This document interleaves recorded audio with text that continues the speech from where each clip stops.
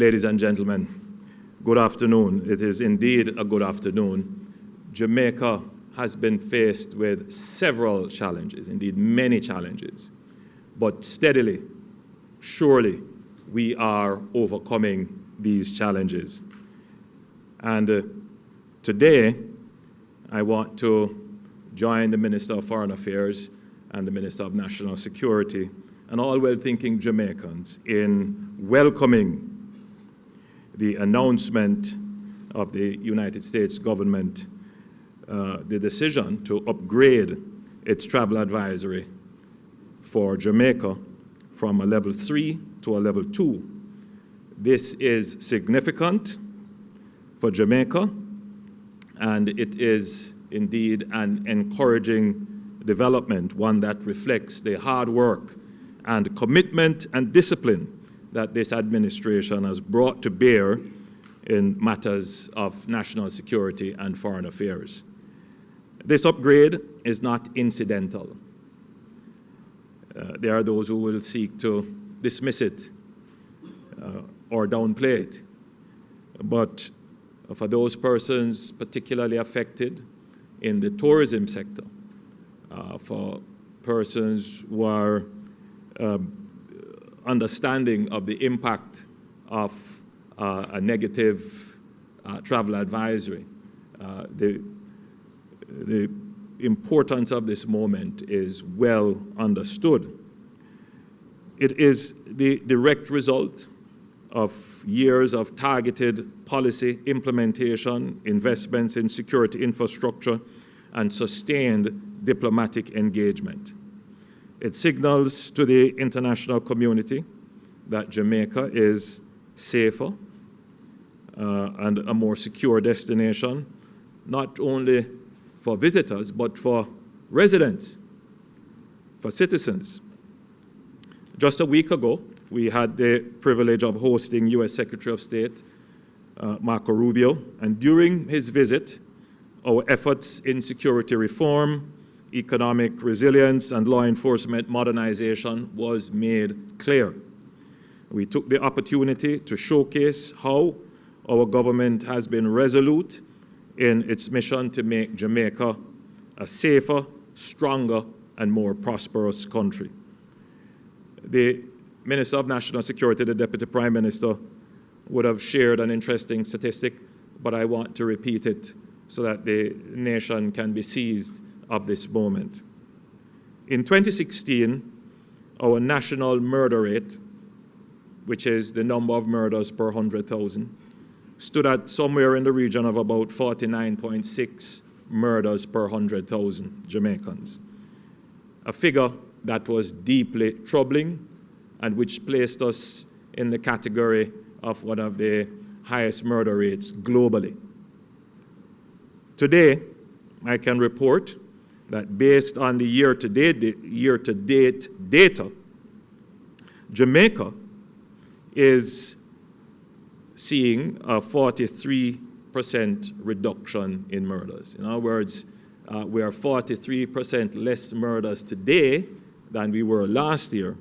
And if you annualize this, then we would have a murder rate of 24.3 per 100,000. So we have literally cut the murder rate in half.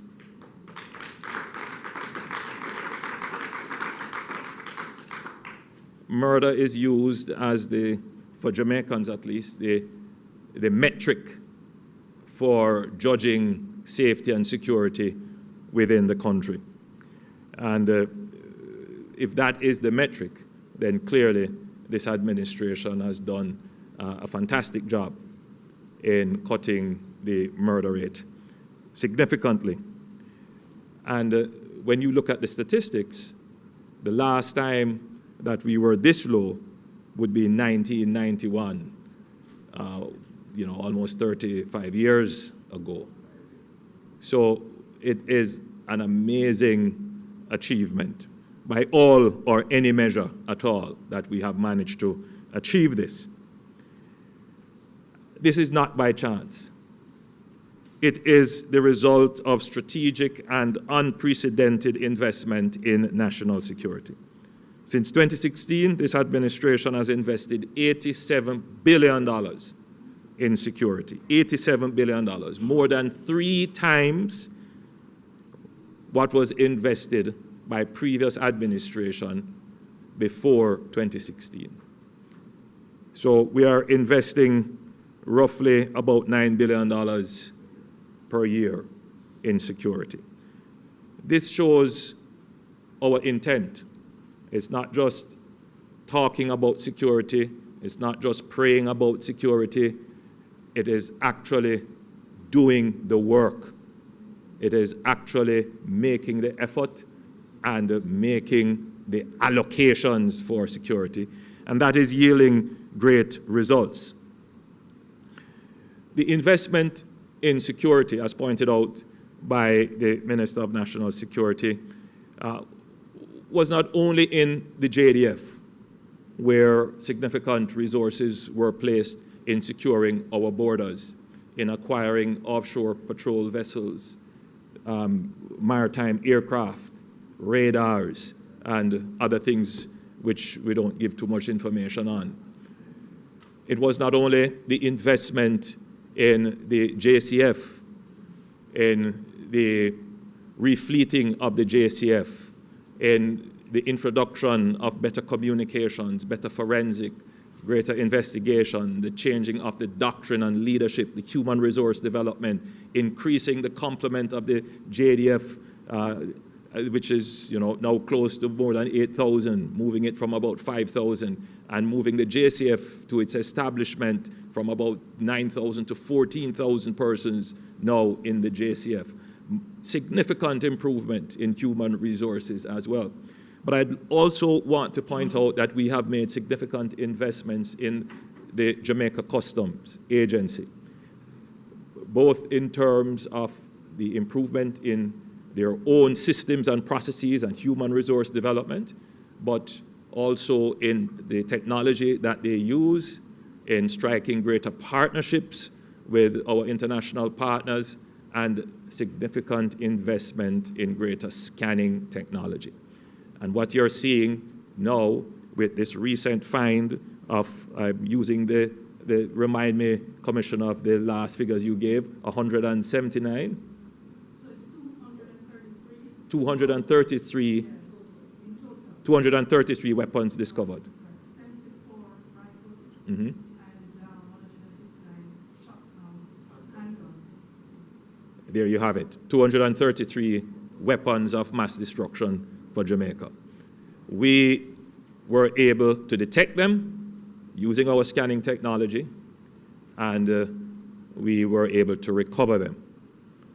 The investigations are ongoing, and I am certain that our security forces will track down, along with our international partners, those who were responsible for this. I want to pause here to make an appeal to our Jamaicans overseas and those who are here collaborating in the importation of illegal weapons. We will find them, and we will find you. And we are serious about this. The government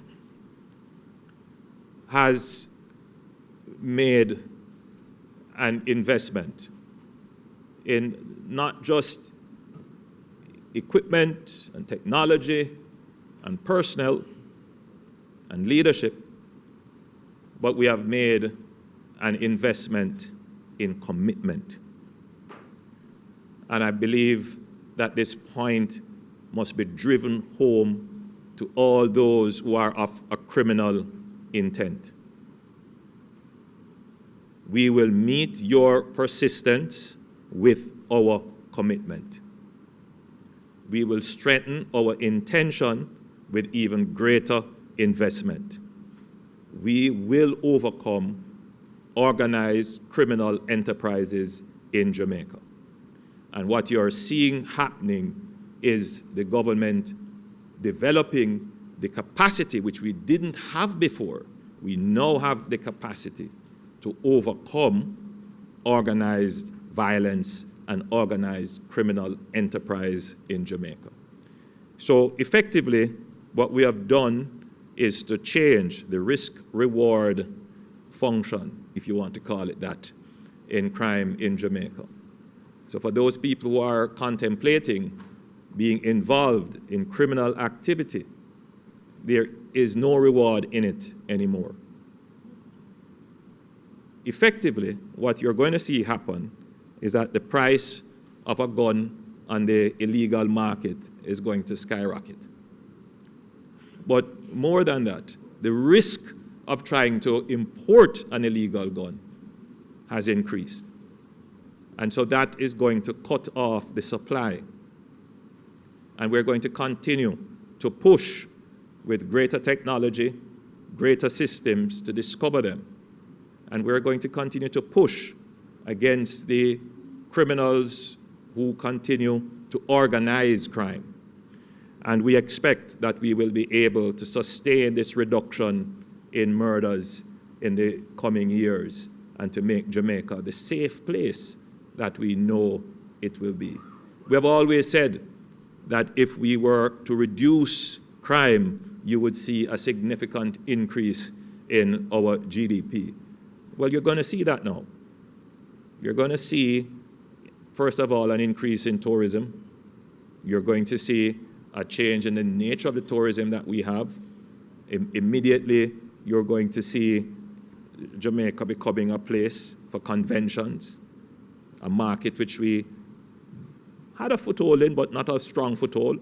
Now we have the ability to market ourselves in this way. But more than that, Jamaica then becomes a place for community tourism because persons who would like to visit, they hear so much about Jamaica, but the travel advisors say, don't go here and don't go there. And who are the people making it impossible for us to develop the potential that we have in community tourism? It's the organized criminals preventing you from realizing your natural asset and true potential. So it is in our interest as a people to support the government's thrust in getting rid of the gangs and the organized criminals so that we can truly embrace this new Jamaica that is dawning and emerging for us to recognize and fulfill our true potential. But now is not a time for us to become celebratory, lest it leads to complacency. The violence challenge that we have, the crime problem that we have is multifaceted, and we have only dealt with one dimension of it. Granted, it is the main dimension of the problem, which is the organized nature of violence that we have in the country, the organized institutional violence, and that's what we're dealing with. But there is still what I term the social violence, the use of violence as a means of social interaction, the use of violence to resolve conflicts, the use of violence to discipline children, the use of violence in intimate partner relationships, and the use of violence to solve neighborly conflicts. We just saw yesterday a disturbing video of two neighbors in a conflict. One ended up being shot and killed. And as we reduce the murder rate and we reduce the organized violence, the social violence becomes now the center of focus and activity. But we long knew this. And so within our plan, Secure Jamaica, we had a strategy of how we're going to deal with this issue of social violence. And that is why we empaneled and had a long study headed by Professor Maureen Sams-Vaughan, and she has produced the report. The report is in the possession of the government now. We will bring it to Cabinet shortly, and once Cabinet has reviewed it, then it will be tabled in Parliament. This report, we hope, will trigger a national conversation about who we are as a people and why violence has become such a featured part of our national profile, and how are we going to change that. I mentioned violence in the disciplining of children, violence in just average general public interactions, violence in intimate partner matters, violence in family matters. Why is it that violence has become such a central feature in the Jamaican profile? And we have to change that. So this report, I'm hoping, will trigger certain actions. The government has already contemplated certain actions that we will have to take, particularly dealing with how violence is dealt with in the schools, how violence is dealt with at home, and how violence is dealt with our women and girls. We saw this really disturbing road rage incident, if you can call it that, where a nurse was terribly abused. And we then saw the brutal rape and, the brutal killing of a 9-year-old girl a few weeks ago. So these are all issues that the nation now has to focus on if we're going to truly keep this murder rate down and get to what we have always said, the regional average and below. The regional average is 16 per 100,000. There was once a time in Jamaica when our murder rate was 3%. Yes, in the 1960s. And we can get back there, right? This is not us. We have come to accept it in our music, we talk or we interact with each other, but this is not us. And we are now right on the cusp of correcting these age-old problems. And for those who are still skeptical, let me point out to you that Jamaica has been very successful in treating with the subject of violence. You may not reflect on it this way, but if I were to put it to you in the way in which I'm about to, you would probably understand. Between 1970 to the early 1990s, Jamaica struggled with political violence. But the country took instrumental action with legislation and institutions and civic society, rallied as well, and we were able to conquer this issue of political violence. Political violence is no longer a feature of our democracy. In the same way, we can conquer social violence. And it will require legislative changes, it will require institutional changes, and it will require a strong partnership with civil society to finally put this behind us. If we accomplish this as a nation, we are well on our way. We are right at the inflection point. So if we solve the fiscal issues in the economy, which we have built resiliency in the economy, which we are now doing, and then we solve the issue of violence, ain't no stopping us after that. So we are on the move, Jamaica. We are on the move. So I just thought that I would place all of this in context for the nation to appreciate where we are in our state of development. Thank you very much, ladies and gentlemen.